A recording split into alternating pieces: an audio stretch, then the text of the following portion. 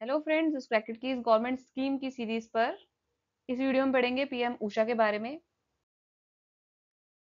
Can just see what is on the screen.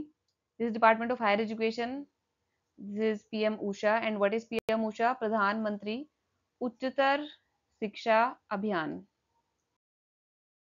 सबसे पहले, which ministry is associated with PM Usha?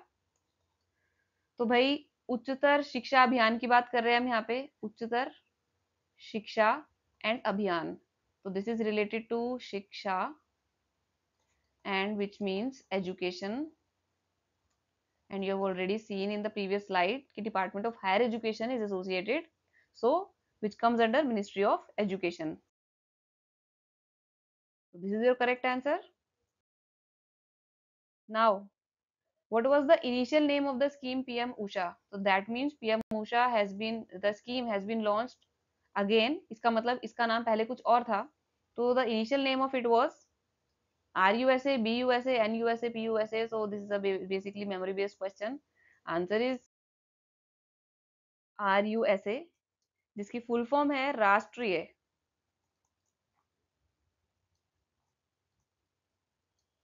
USA is the same thing,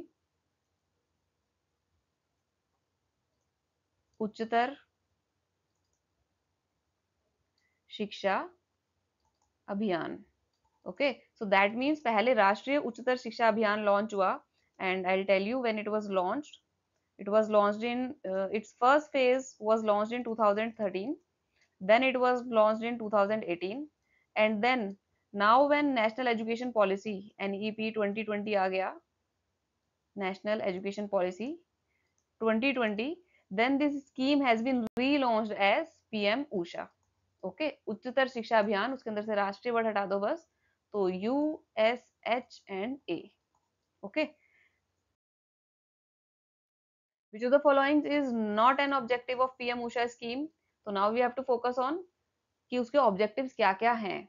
To improve quality of higher education in state universities, to enhance graduate employability, to introduce skill based education for students, या फिर to provide primary education to all children. So if you know the full form of the scheme, then you will be able to identify कि कौन सा correct answer है. The full form of the scheme is